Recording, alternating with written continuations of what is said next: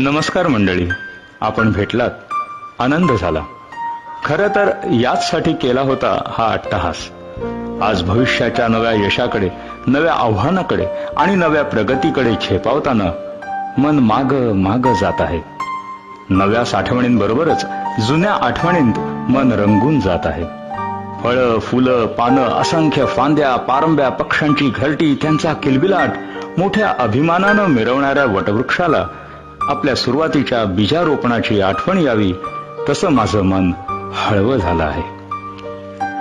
मी राष्ट्रीय शिक्षण संस्था, डोंबिवलीतील शैक्षणिक क्षेत्रातील एक अग्रणी संस्था, निखालस कार्यकर्त्यांच्या अखंड तळमळीतून आणि प्रचंड परिश्रमातून उभं राहिलेलं एक विद्या संकुल, आकाशातील नक्षत्रांचं तेज लाभलेली आपापल्या क्षेत्रातील दिग्गज मंडळी इथं एकत्र आली आणि त्यांनी साकार केली राष्ट्रीय शिक्षण संस्था, एक शैक्षणिक आकाश गंगा.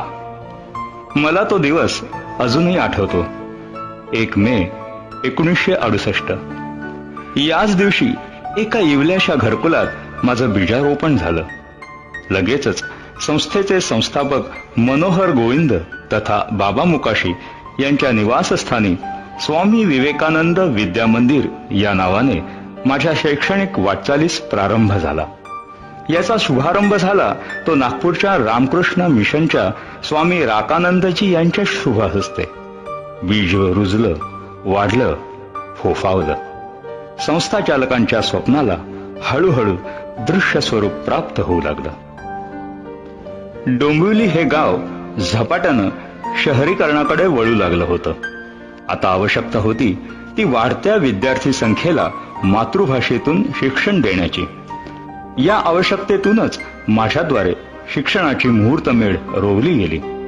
शहराच्या कोणत्याही भागात विद्यार्थी राहत असला तरी त्या भागात आपली एक शाखा असावी ही तळमळ होती. त्यातूनच शहराच्या चारी बाजूंनी शाखा उभ्या राहिल्या. त्यांनी जणू सारं शहरच कवेत घेतलं. पाठ्यपुस्तकातलं शिक्षण हे तर आवश्यकच आहे, तरी सर्वांगीण विकासासाठी पाठ्येतर शिक्षणाचीही गरज आहे, हेही तितकंच खरं. यासाठी सर्व शाळांतून अशा शिक्षणाचीही सोय केली आहे. म्हणजे गायन, वादन, नृत्य, चित्रकला, विज्ञान वगैरे वगैरे. याशिवाय विविध खेळ, कवायत, योग इकडेही विशेष लक्ष दिलं जातं. बौद्धिक कसोटी, कूटप्रश्न, कोडी वगैरे स्पर्धांच्या माध्यमातून बौद्धिक विकासावर जोर दिला जातो. अशा प्रकारे प्रत्येक विद्यार्थ्याच्या सर्वांगीण विकासाची सर्वतोपरी काळजी इथं घेतली जाते. विद्यार्थ्यांनी जागतिक स्तरावरही ज्ञानाच्या आदान प्रदान प्रक्रियेत कुठं मागं पडू नये असं मला वाटतं. इंग्रजी ही जगाची ज्ञानभाषा, वैचारिक देवाणघेवाणाची संपर्क भाषा ही आत्मसात व्हावी यासाठी सेमी इंग्रजी माध्यमाची सोय केली आहे. रामचंद्र नगर शाखेत तर संपूर्ण इंग्रजी माध्यमाच्या वर्गाची वेगळी उपशाखाच चालवली जात आहे. ऑडिओ व्हिज्युअल माध्यम हे आधुनिक काळातील शिकवण्याचं एक नवं साधन. त्याचाही आमच्या शाखांतून वापर केला जातो. सीसी कॅमेऱ्यांनी सुरक्षिततेची हमी घेतली आहे. अर्थात सर्व विद्यार्थ्यांचा अपघात विमाही उतरवला आहे हे वेगळं सांगायला नको. टॅब आणि SMS सेवांद्वारे आधुनिक युगात वावरताना मी सुद्धा स्वतःला आधुनिक जीवनशैलीशी जुळवून घेतले आहे. यातूनच शहराच्या चारी बाजूंनी शाखा उभ्या राहिल्या. आज तालुका, जिल्हाच नाही तर राज्य व राष्ट्रीय पातळीवर सुद्धा जेव्हा माझे विद्यार्थी चमकताना दिसतात, आपापल्या क्षेत्रात लक्षणीय कामगिरी बजावताना दिसतात, तेव्हा माझा ऊर अभिमानानं भरून येतो. अगदी सहजपणे ओठांवर काही नावं येतात ही अशी: निलेश शिंदे क्रीडा, ऐश्वर्या नारकर अभिनय, रवी जाधव सिनेक्षेत्र, पराग प्रभुदेसाई CA, प्रशांत दुधे आर्किटेक्चर, डॉक्टर रसिका फडके, श्री केतन पटवर्धन गायन, शिल्पा कुलकर्णी, सुनीता दातार नृत्य, सुशील जोशी चित्रकला, मंदार कुलकर्णी, श्रीपाद दाते कन्स्ट्रक्शन, रोहित काळे नेव्ही, आणखी किती किती नावं घेऊ, हे सारे माझ्या समाधानाचे मानबिंदू आहेत. राष्ट्रहिताय ज्ञान संवर्धनम हा उद्देश मनाशी बाळगून माझी वाटचाल सुरू झाली. गणेशपथ, विष्णुनगर, अरुणोदय, रामनगर, दत्तनगर, रामचंद्रनगर अशा शहराच्या चहुदिशांना माझ्या शाखा उभ्या राहिल्या. या शाखा म्हणजे जणू शिक्षणाचं आभाळ तोलून धरणारे चारी दिशांना उभे असलेले गजराजच. याशिवाय शहराबाहेरही एक आश्रमशाळा उभी राहिली आहे, ही वेगळीच. मला वाटतं या सर्वांशी ओळख करून घ्यायला तुम्हाला नक्कीच आवडेल. ही गणेश पथ शाखा. सुप्रसिद्ध गायक सुधीर फडके यांच्या उपस्थितीत स्वामी राकानंदजी यांनी या शाखेचा शुभारंभ केला. सौ कर्वे आणि सौ सरवटे यांची शिशुविहार ही शाळा मी आपल्या अधिपत्याखाली घेतली व एक पाऊल पक्क रोवलं. ही शाळा आता विक्रमादित्य भवन या प्रशस्त इमारतीत दिमाखात उभी आहे. आता भेट देऊया या रामनगर शाखेला. संध्याताई रानडे यांच्या मालकीच्या घरात याचा प्रारंभ झाला. पुढे दादाजी धाकजी आणि कंपनीचे मालक श्री रामकृष्ण राणे यांच्या मालकीचा लॉट खरेदी करून कायमस्वरूपी सोय करण्यात आली. सध्या गुरु गोविंद सिंग भवन या वास्तूत ही शाखा सुखाने नांदते आहे. आता विष्णुनगर शाखेची ओळख करून घेऊया. या परिसरात विद्याप्रेमी नागरिक श्री रामकृष्ण अंतुरकर यांची शिशु विकास मंदिर ही शाळा होती. ती माझ्या अधिपत्याखाली आणली गेली. ही गोष्ट 1970ची. पुढे शन्नानवरे यांचा एक प्लॉट या शाळेसाठी मिळाला. तिथं राणा प्रताप भवन ही अतिशय देखणी इमारत उभी राहिली. या इमारतीत शालेय वर्ग तर चालतातच, पण यशवंतराव चव्हाण महाराष्ट्र मुक्त विद्यापीठ नाशिक यांचे स्वयं अध्ययनाचे पदव्युत्तर अभ्यासक्रमाचेही इथे केंद्र आहे. MA, MCOM, MSc, MEd असे वर्ग इथे चालतात. विविध समारंभांना उपयुक्त असे डॉक्टर हेडगेवार सभागृह हेही याच इमारतीत तळमजल्यावर आहे. याचं उद्घाटन सुप्रसिद्ध साहित्यिक द मा मिरासदार यांच्या हस्ते झालं, हे विशेष नमूद करायला हवं.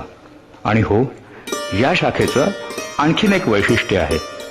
याच इमारतीत पहिल्या मजल्यावर माझं कार्यालय आहे. मंदिरातील गाभारा तो हाच. इथूनच सर्व शाखांवर लक्ष ठेवलं जातं. इथंच सर्व सभासदांच्या बैठका होतात. तसेच मान्यवरांच्या भेटीगाठी देखील इथंच होतात. इथूनच सर्व शाखांना मार्गदर्शन केलं जातं, प्रोत्साहन दिलं जातं आणि खंबीरपणे पाठी उभं राहून आधारही दिला जातो. या शाखेला राजधानीचं ठिकाण असंही म्हणायला हरकत नाही. पुढची शाखा दत्तनगर.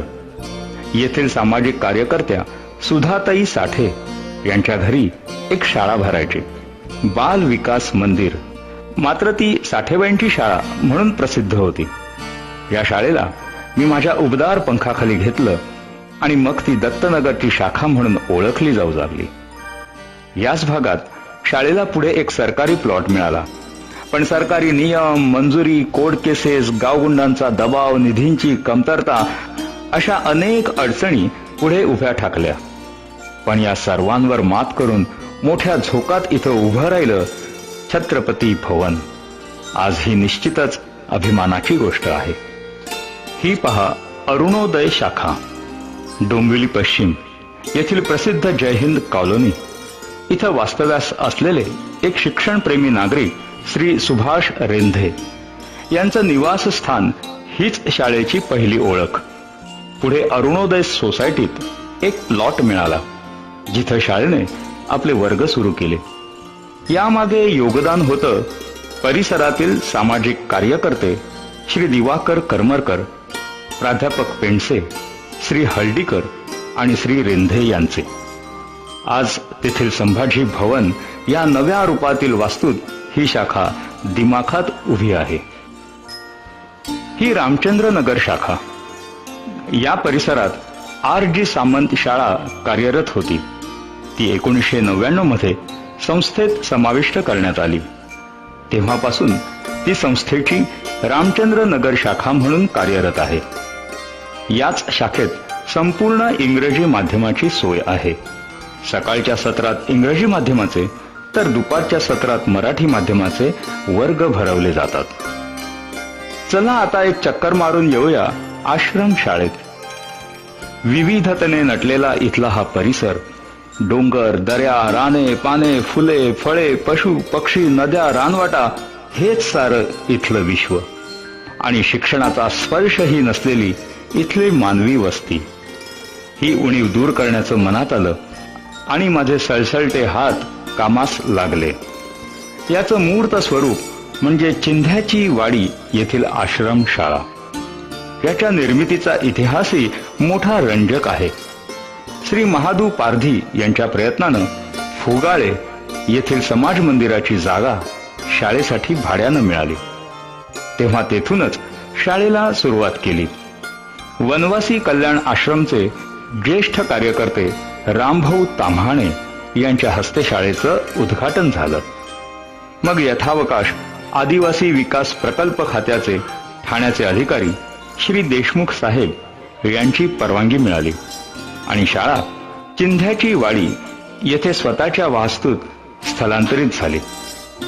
3 एकरचा परिसर लाभलेली ही आश्रमशाळा इथे मोठ्या डौलाने उभी आहे. विद्यार्थ्यांच्या खाण्यापिण्याची व राहण्याची उत्तम सोय असलेली ठाणे जिल्ह्यातील ही एकमेव शाळा. चमचमत्या तारांचं हे रात्र महाविद्यालय. बदलत्या जीवनशैलीला तोंड देताना बदलत्या गतीशी आपली चाकं जुळवून घ्यावी लागतात. कित्येकांना आपलं शिक्षण नाईलाजानं अर्धवट सोडून नोकरी व्यवसायाच्या मागे लागावं लागतं. मात्र या घबडग्यात शिक्षणाची आवड अजून तशीच असते. अशा विद्यार्थ्यांसाठी रात्र महाविद्यालयाची संकल्पना पुढे आली आणि माझ्या शिरपेचात आणखी एक मानाचा तुरा खोवला गेला.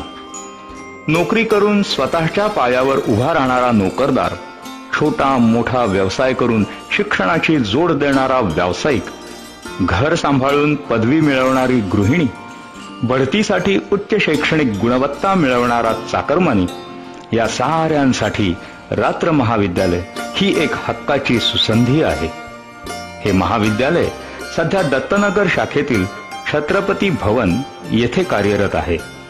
सुसज्ज संगणक कक्ष, अद्ययावत व्यायामशाळा, वातानुकूलित सभागृह, परिसंवाद कक्ष, ज्ञानलालसा तृप्त करणारं ग्रंथालय, सर्व प्रकारचे राबवले जाणारे उपक्रम, प्रशिक्षित प्राध्यापक आणि सेवा तत्पर कर्मचारी वर्ग ही काही याची ठळक वैशिष्ट्ये.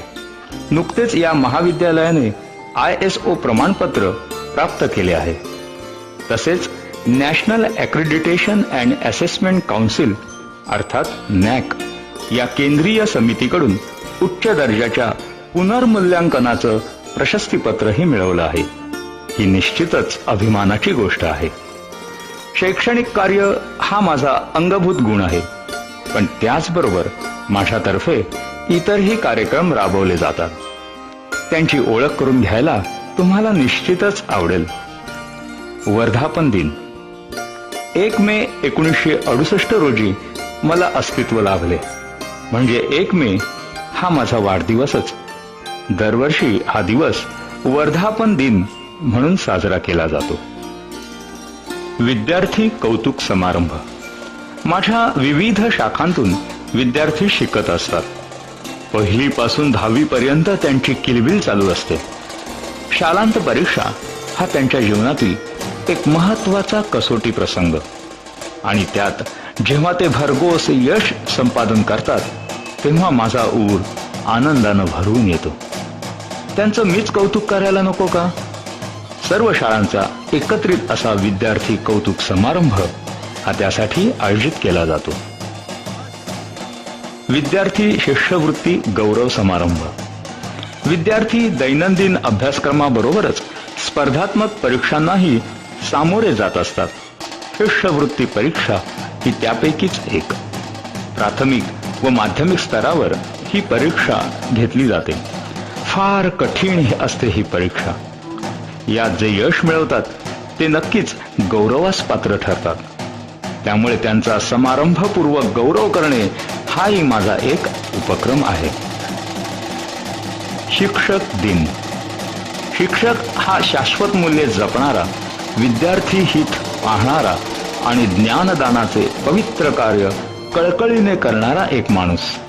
आणि माणूस म्हटला की त्यालाही राग, लोभ, इच्छा, आकांक्षा आणि स्पर्धा, चढाओढ ही असणारच. त्याच्या विशेष प्रावीण्याबद्दल कौतुकाची थाप त्याच्या पाठीवर दिली तर त्यालाही बरं असेल तर चांगलं, चांगलं असेल तर उत्तम आणि उत्तम असेल तर सर्वोत्तम काम करायला हुरूप येतो. शिवाय इतरांनाही त्यातून प्रेरणा मिळते. यासाठी दरवर्षी शिक्षक दिन समारंभाचे आयोजन केले जाते. औचित्य असते ते डॉक्टर सर्वपल्ली राधाकृष्णन यांच्या जन्मदिनाचे, शिक्षक दिनाचे. गुणवंत तसेच सेवेचा रौप्य महोत्सव साजरा करणाऱ्या शिक्षकांचा या प्रसंगी सत्कार केला जातो. त्यांच्या कामाची, तळमळीची आणि कष्टाची यावेळी नोंद घेतली जाते. सुयोग्य व्यक्तीला मानाचा आदर्श शिक्षक पुरस्कार दिला जातो. आंतरशालेय क्रीडा स्पर्धा. विद्यार्थ्यांच्या बौद्धिक गुणवत्तेबरोबरच शारीरिक विकास व्हावा असं मला मनापासून वाटतं. मैदानी खेळ हे त्यासाठी आवश्यक आहेत आणि स्पर्धा म्हटली की मुलं त्यात मनापासून रमतात. म्हणूनच सर्व शाखांतील विद्यार्थ्यांसाठी वर्षातून एकदा आंतरशालेय क्रीडा स्पर्धा भरवण्यात येते. विद्यार्थ्यांचा त्यात जल्लोषपूर्ण सहभाग असतो हे सांगायला नकोच. डॉक्टर माशेलकर पुरस्कार. या वैशिष्ट्यपूर्ण पुरस्काराबद्दल तर बोलायलाच पाहिजे.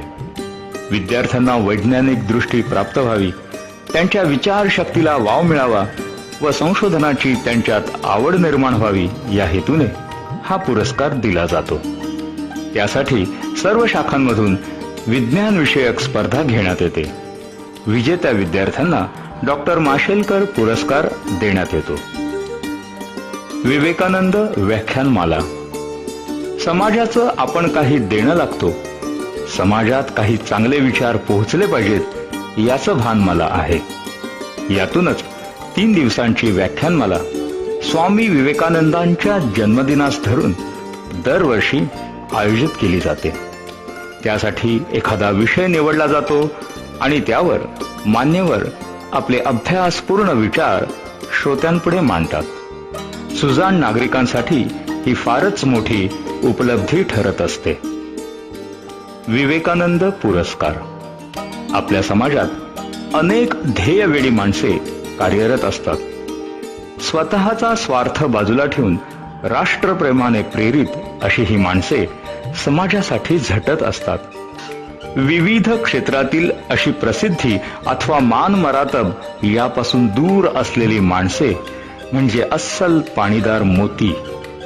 त्यांच्या कार्याची नोंद घ्यावी, त्याबद्दल कृतज्ञता व्यक्त करावी या नम्र भूमिकेतून विवेकानंद पुरस्काराचे आयोजन करण्यात येते. विवेकानंद व्याख्यानमालेच्या अंतिम दिवशी हा पुरस्कार देण्यात येतो. आतापर्यंत कोण कोण या पुरस्काराचे मानकरी ठरले आहेत त्यावर एक नजर टाकूया.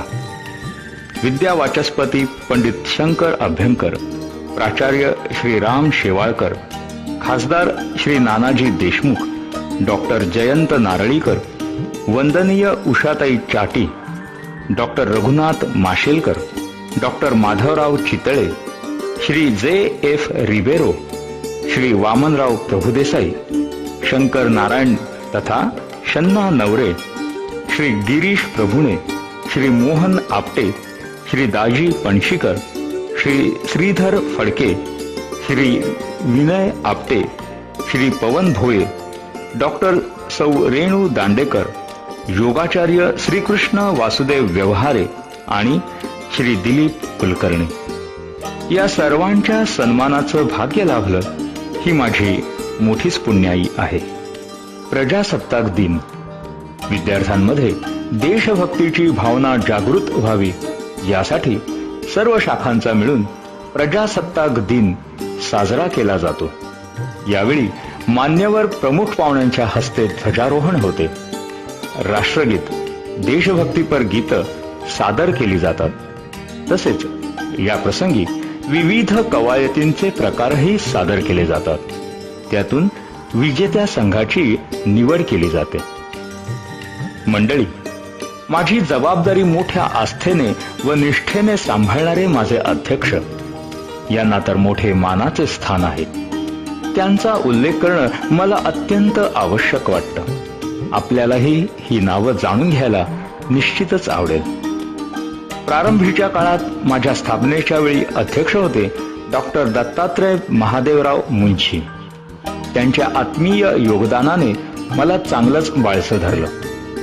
त्यानंतर सर्वश्री डॉक्टर Y.M. बक्षी, श्री प्रभाकर शंकर वाणी, श्री दत्तात्रय हरी हळदीकर, श्री काशीनाथ रामचंद्र नाबर, श्री लक्ष्मण D. सकपाळ, श्री अच्युत सदाशिव खरे, श्री शशिकांत लक्ष्मण करडेकर, श्री शशिकांत महादेव भाटे अशा मान्यवरांनी ही अध्यक्षपदाची धुरा समर्थपणे पेलली. आणि विद्यमान अध्यक्ष आहेत सौ सुलभा उल्हास डोंगरे. प्रथमच या पदावर युवा शक्तीची प्रतिनिधी, आधुनिक दृष्टिकोन बाळगणारी व विद्यार्थ्यांच्या सर्वंकष विकासाला प्राधान्य देणारी महिला विराजमान झाली आहे. सोबतीने कार्यवाह म्हणून कार्यरत आहेत श्री संजयजी कुलकर्णी. काय आहेत यांच्या भविष्यातील योजना? चला तर मग प्रत्यक्ष त्यांनाच भेटून त्यांचे मनोगत आपण जाणून घेऊया.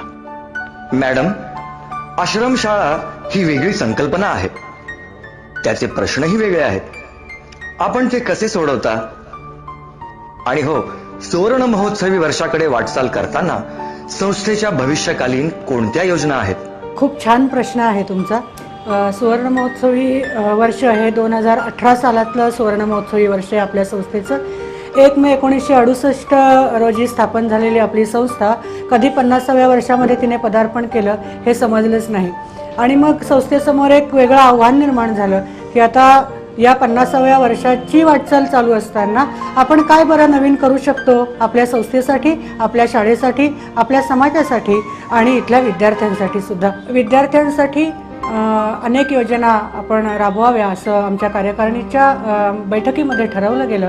आणि त्यानुसार त्याचं प्लॅनिंग आता सुरू आहे की आंतरशालेय निबंध स्पर्धा घ्याव्यात किंवा आंतरशालेय क्रीडा स्पर्धा घ्याव्यात किंवा आंतरशालेय स्वरूपाच्या शिक्षकांसाठी काही परिषदा आपण घ्याव्यात की काय, अशा पद्धतीची काही योजना आमच्या विचाराधीन आहे. आणि त्यानुसार आम्ही आता हा पुरस्कार सोहळा वितरण झाल्यानंतर आपण त्या कार्यक्रमाकडे निश्चितच वळणार आहोत. ज्ञान नाही विद्या नाही ते घेण्याची गोडी नाही, बुद्धी असूनही चालत नाही त्यास मानव म्हणावे काय, या क्रांतिज्योती सावित्रीबाई फुले यांच्या शिक्षण विषयक विचारांचंच पुढचं पाऊल या स्वामीजींच्या शिक्षणविषयक विचारांचा वारसा पुढे नेणाऱ्या आमच्या राष्ट्रीय शिक्षण संस्थेच्या स्वामी विवेकानंद यांच्या नावाने चालवल्या जाणाऱ्या सगळ्या शाळा आणि या सगळ्या शाळा सुरू असताना, चालवत असताना एक आपण समाजाचंही काही देणं लागतो हा विचार आमच्या सगळ्या कार्यकारिणीच्या मंडळांच्या डोळ्यासमोर होता. आणि म्हणून मग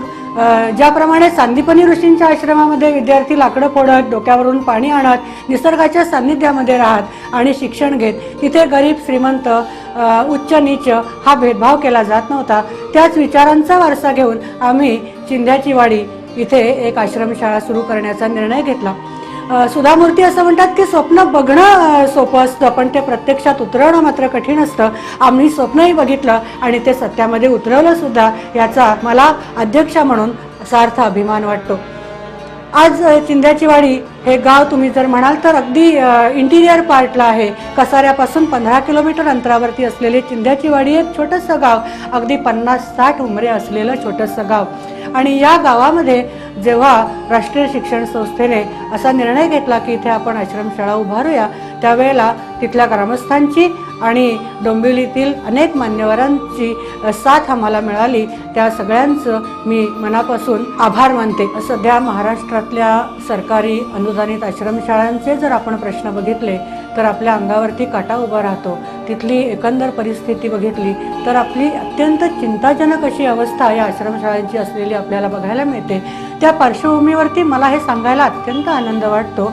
आमच्या संस्थेच्या सभासदांपैकी अनेक जे ज्येष्ठ आणि समाजासाठी काहीतरी करण्याची उर्मी असलेले जे आमचे सदस्य आहेत त्यांच्याच विचारातून आश्रमशाळेची कल्पना पुढे आली आणि आज तिचं रूपांतर एका वटवृक्षात झालेलं आपल्याला बघायला मिळते. इथे आश्रमशाळा सुरू केल्यानंतर मुलांचे अनेक प्रश्न आमच्या डोळ्यासमोर उभे राहिले आणि हे खरोखरच एक मोठं आव्हान होतं आमच्या राष्ट्रीय शिक्षण संस्थेसाठी.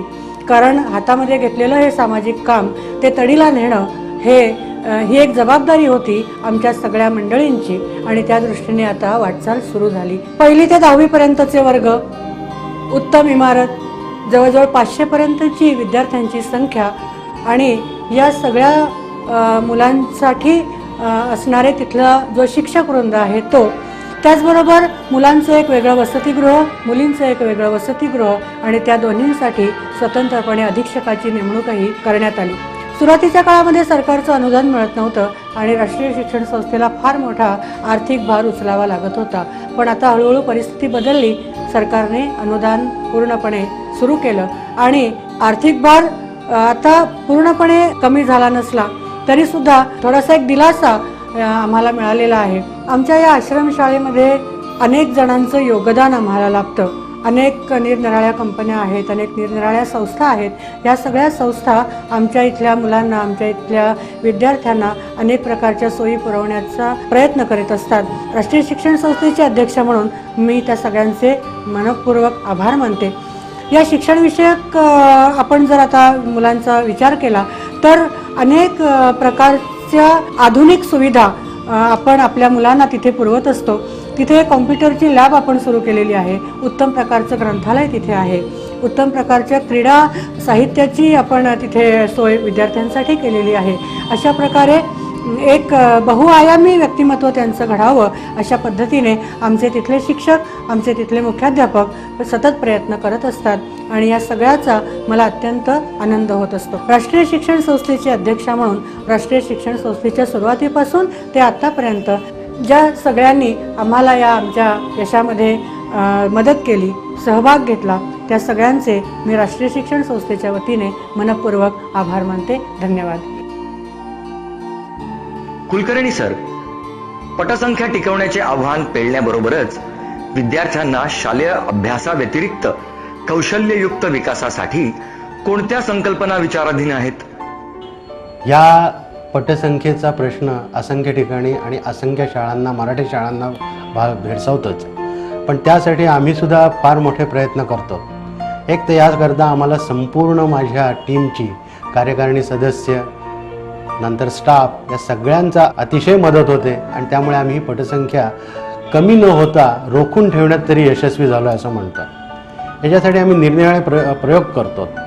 आमची संस्था ही प्रथमपासून प्रयोगशील आहेच आणि यामुळे आम्ही इन्फ्रास्ट्रक्चरमध्ये डेव्हलपमेंट केलेले आहेत. त्याशिवाय पालकांची जी मानसिकता आहे की इंग्लिश बोलणं, विशेषतः तुम्ही जो उल्लेख केला की 92 सालापासून जागतिकीकरण झालं, त्यामुळे काय झालं की कॉम्प्युटर आला आणि कॉम्प्युटरला इंग्लिश भाषाच समजत होती, त्यामुळे इंग्रजीचं अतोनात महत्त्व वाढलं आणि ह्या इंग्रजीला अकस्टम होण्यासाठी आमचा सर्व स्टाफ सतत तयार करत आहे. आणि आता आमच्या बऱ्याचशा शाळांमधनं आम्ही प्रयोग करतो आहे की आठवड्यातनं 1 दिवस इंग्रजी बोलले जाईल, मग तो 2 दिवस बोलले जाईल.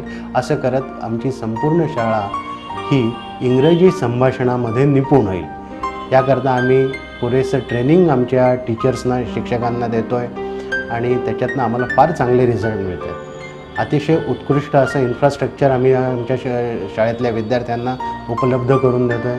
आज दुर्दैवाने निम्न आर्थिक स्तरातली मुलं आमच्याकडे येत आहेत, पण ते सुद्धा एक आम्ही चॅलेंज समजून आम्ही अतिशय चांगल्या पद्धतीने त्याला तिथे ट्रीट करतो आहे आणि चांगल्या पद्धतीने ते कशी स्मार्ट होतील, इतर तुलनेतल्या इंटरनॅशनल स्कूलच्या लेवलची कशी होतील, याकरता आम्ही सतत प्रयत्नशील आहोत. त्याशिवाय आम्ही स्पोर्ट्स हा जो एक थोडासा अनुल्लेखने केलेला विषय होता, त्याच्या बाबतीत सुद्धा आम्ही अतिशय प्रयत्नशील आहोत. विवेकानंद क्रीडा प्रबोधिनी आम्ही स्थापन केलेली आहे आणि त्याच्यातनं निरनिराळ्या खेळांसाठी आम्ही प्रयत्न करत आहोत आणि आमची मुलं सर्व शाळांमध्ये, सर्व जिल्ह्याच्या ठिकाणी अतिशय उत्कृष्ट कामगिरी करतात. हे मला अभिमानाने सांगावं असं वाटतं. विशेषतः आमच्या इंग्रजी माध्यमाच्या पूर्वाचलची जी काही विद्यार्थी आहेत ती फुटबॉलमध्ये इतकी प्रवीण आहेत की सी डी देशमुखांसारखं चाललेलं आहे की आमची मुलं ज्या वेळेला तिथे आमची टीम दिसते त्यावेळेला सर्व लोक विचारतात, काय हो दुसरा नंबर कोणाचा, इतका आमची ती टीम तयार आहे. अशा तऱ्हेने आम्ही त्याच्यामध्ये अतिशय उत्कृष्ट असं क्रीडा प्रश्नामध्ये लक्ष घातलेलं आहे आणि त्याला आम्हाला यश मिळतं आहे. त्यानंतर सध्या जे इलेक्ट्रॉनिक युग आहे, डिजिटल क्लासरूम वगैरे या गोष्टी आम्ही केलेल्या आहेत. अतिशय उत्कृष्ट प्रयोगशाळा सर्व शाळांमध्ये आहेत आणि पंतप्रधानांनी जाहीर केल्यानुसार स्किल इंडियानुसार प्रत्येक मुलाचं स्किल्स कशी वाढतील यासाठी आम्ही प्रयत्नशील आहोत. या स्किल्समध्ये मराठी मुलं अतिशय मागे पडतात. याचं पहिलं कारण म्हणजे त्यांच्याकडे प्रेझेंटेशन नसतं. आपली मुलं ज्ञानी असतात, गुणी असतात, सगळं काही असतात, पण इंटरव्ह्यूच्या वेळेला किंवा अन्य ठिकाणी ते प्रेझेंटेशनला घाबरतात किंवा ते त्यांना जमत नसतं. त्यामुळे अभिनय प्रशिक्षणद्वारा त्यांच्या पर्सनॅलिटीमध्ये कशी सुधारणा करता येईल आणि त्याप्रमाणे आम्ही शिक्षक नेमून त्यांच्यामध्ये बदल करून हे प्रेझेंटेशनचं जे नवीन प्रकरण आहे ते आत्मसात करण्यासाठी प्रयत्न करतो आणि त्याला अतिशय चांगला, इतका चांगला प्रतिसाद येतो आहे की आता आमच्या ह्या उपक्रमाची कॉपी इतर सर्व इंटरनॅशनल शाळा करायला लागलेल्या आहेत. सुदैवाने SSC बोर्डापर्यंत कुठेही बुद्धिमत्तेची परीक्षा होत नाही. त्यामुळे आमचा हा प्रयोग अतिशय उत्कृष्टतेने सफल होताना आम्हाला दिसतोय. मंडळी, लहानशा घरकुलातून 4 चिमण्यांसह सुरू झालेला हा शैक्षणिक प्रवास आता विविध शाखा पारंब्यांनी विस्तारला आहे. तपशीलच द्यायचा झाला तर पूर्व प्राथमिक 806, प्राथमिक 3975, माध्यमिक 2528, आश्रमशाळा 481 आणि रात्र महाविद्यालय 981 असे सर्व मिळून 8781 विद्यार्थी इथे शिकत आहेत आणि त्यांना शिक्षक 260 व कर्मचारी 77 असे एकूण 337 शिक्षक व शिक्षकेतर कर्मचारी सहाय्यास तत्पर आहेत. प्रगतीचा हा प्रवास निश्चितच स्पृहणीय आहे. आज मागे वळून पाहताना इतका प्रवास आपण केला यावर विश्वास बसत नाही. या यशाला कारणीभूत आहे सर्व कार्यकर्त्यांची समर्पित वृत्ती, अथक मेहनत आणि दुर्दम्य इच्छाशक्ती. असंख्य हितचिंतक, देणगीदार, आश्रयदाते आणि पालकवर्ग यांनी मला वेळोवेळी ऊर्जा पुरवली. त्यामुळेच हा प्रवास सुकर झाला याची नम्र जाणीव मला आहे. या प्रवासातले काही सहकारी अनंताच्या प्रवासाला निघून गेले आहेत. त्यांच्या आठवणीने क्षणभर डोळे पाणावतात, कंठ दाटतो आणि शब्द ओठांवर रेंगाळतात. त्यांच्या आठवणींविना ही 50 वर्षाची स्मरण यात्रा पूर्ण होऊ शकणार नाही हे निश्चित. KG पासून सुरुवात करून मी PG पर्यंत मजल मारली आहे. अजूनही बरीच वाटचाल करायची आहे. नवी क्षितिज खुणावत आहेत, नवी आव्हानं समोर आहेत आणि राष्ट्रीय शिक्षण संस्थेचा असंख्य शाखांनी सळसळणारा हा ज्ञान वृक्ष त्याला सामोरे जायला सदैव सज्ज आहे. साथ हवी आहे ती फक्त आपल्या शुभेच्छांची, पाठिंब्याची आणि सहकार्याची. ती नक्की मिळेल ही अपेक्षा नाही, खात्री आहे. धन्यवाद.